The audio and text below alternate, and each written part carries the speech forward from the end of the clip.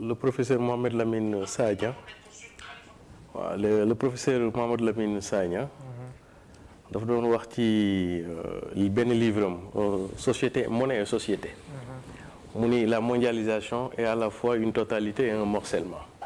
Ça veut dire quoi? Ça veut dire que depuis les années 80 dañu amoon benn promesse bu ñu defoon mooy la mondialisation ñu wax ñu mondialisation bu ñëwee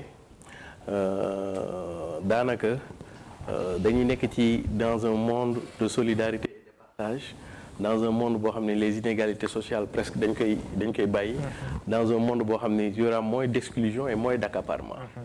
Maintenant 30 ans 40 ans après on se rend compte que la promesse n'a pas tenu aux fleurs. La promesse li ñu koy aujourd'hui jamais le monde a été aussi déséquilibré entre les riches et les pauvres. Jamais l'économie mondiale n'a été aussi violente parce que le capitalisme est violent par essence. Maintenant léegi bu ñu ci nekkee mondialisation boobu dafa amoon ñaari affaire yu ñu jaay daf ñu jaayoon ce qu'on appelle les identités disons mondiales et mondialisées. Lu ñu gën a dem ci mondialisation nit ki à la fois il est mondial et mondialisé mais à la fois aussi il est local et localisé.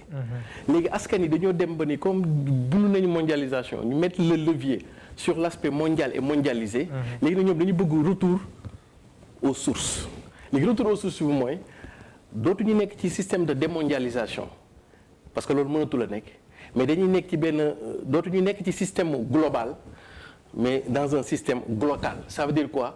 Dootuñu ubbeeku trop ci mondialisation mais nag dañuy def benn repli aussi sur le plan local. De loolu moo lay mel ni nit ñi dañuy jéem a jëlaat seen destin en main di gën a jege seen i problème pour di apporter solution des solutions disons locales ou localisées ci benn problème bi. D'ailleurs loolu moo lay expliquer que dans certains pays ñu mel ni aux États-Unis par exemple un profil comme Donald Trump puisse gagner les élections parce qu'il a vendu l'idéologie America First. Loolu mooy tax boo demee ci yenn dëkk yu Europe yi comme ay Italie Matteo di mën a ñëw.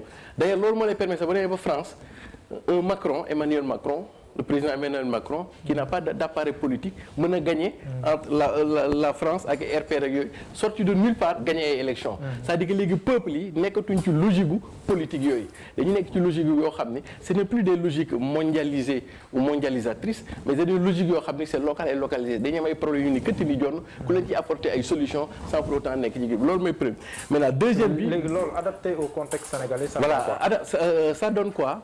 Ça donne que PASTEF et le président Ousmane Sonko incarne, je l'avais dit une fois, ce qu'on pourrait appeler le troisième temps de la révolution nationale sénégalaise. C'est-à-dire que Sénégal dañu am ay révolution Pastef ak Ousmane Sonko daanaka boo koy jàngat ci science politique fii da nga mën ni ñoom ñooy le troisième temps. Le premier temps mi ngi commencé woon ak Majmout Diop PAI bi ñuy doog a démarrer.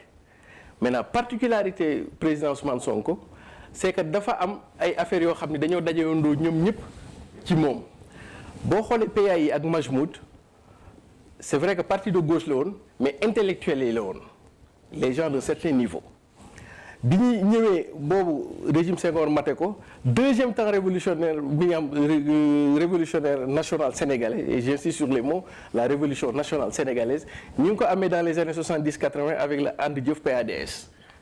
Mais mouvement boobu lu ko caractérise autour c'était des adultes avec le mouvement associatif des intellectuels urbains etc. Maintenant Sonko et Pastef représentent le troisième temps fort boo xam ni yi éclaté woon dafa daje ci moom. waaw non mais ma ñëw yii dafa daje ci moom lu mu dajee mu ñëw mooy le temps de Pastef et le temps du président Ousmane Sonko vous allez retrouver au sein les intellectuels d'un certain calibre que vous avez eu du temps de Majmout Diop PADS. Vous avez trouvé dans ces segments les adultes les urbains ci moom ensuite vous allez avoir beneen tooy mooy la jeunesse. Donc ce qui fait que moom soo ko dee jàngat avec les lunettes ou les grilles des sciences politiques phénomène bu mu nekk nii ba tax ñu naan phénomène la en réalité ce qui est derrière mooy dafa mel ni comme li ngeen doon wax noonu dafa am benn li xew àdduna bi feneen moo xew Sénégal Pastef di ko jëmmal président Ousmane Sonko di ko jëm loolu moo tax souvent soo ko dee expliquer sur le plan de la rationalité. L'alternative. Voilà foofu nga koy expliquer. Peut-être am na nag beneen kii parce que phénomène boo gis aussi au-delà de la rationalité au-delà de la physique il y a la dimension métaphysique. Voilà il y a la dimension métaphysique. Voilà mooy fi métaphysique et sur. Voilà et sur la dimension voilà et sur la dimension métaphysique loolu gaaw diine yeeg yooyu mën nañ ci wax mais fi may daanelee. waaw mais maintenant fi may daanelee waaw non mais c'est plus scientifique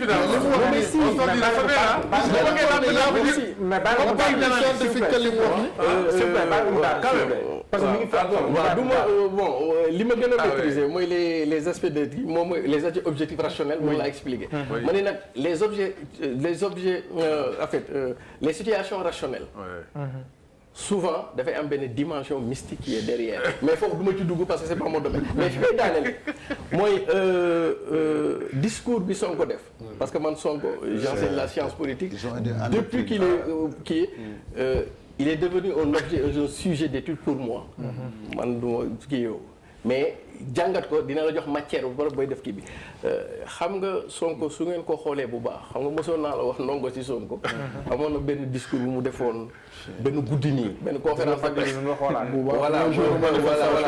dama naan la soo voilà ma jàpp na ne blasphème nga def ni blasphème bon non voilà xam nga booba mais attends xam nga booba nee naa la discours am bii da koy propulser léegi bu doon Sonko le sénégalais.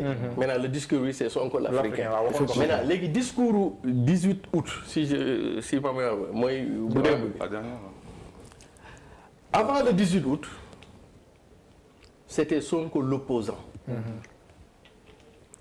À partir de discours bi c'est maintenant Sonko le présidentiable. boo ko gisee dans les éléments de langage dans la posture. Deuxièmement avant la date du 18 août. C'était Sonko l'acte ou Sonko l'action mais discours bi c'est maintenant Sonko le verbe discours bi xam nga déglu ngeen ko bu baax. gën naa dal waaw très bien c'est discours c'est Sonko maintenant le verbe. loolu mooy les éléments de considération de forme.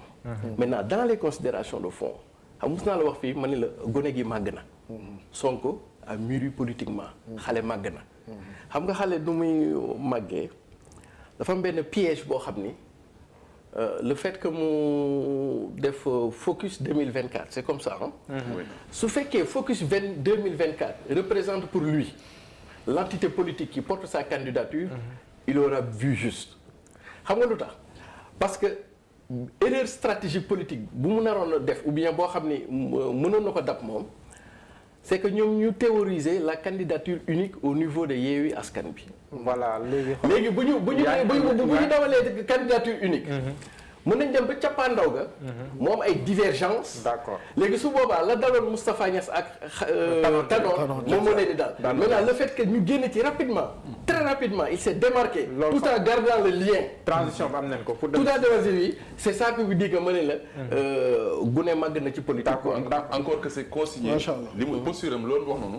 c'est consigné dans l'accord cadre liant au sein de Yewwi Askan Wi. d'accord loolu foofu la ñu demee si voilà si deuxième point bi directement si déclaration de candidature gis nañ ko. mais de l'opposition gis nañ Ousmane Sonko déclaré ne officiellement sa candidature pour 2024 ku mel ni Malick Gakou yi tamit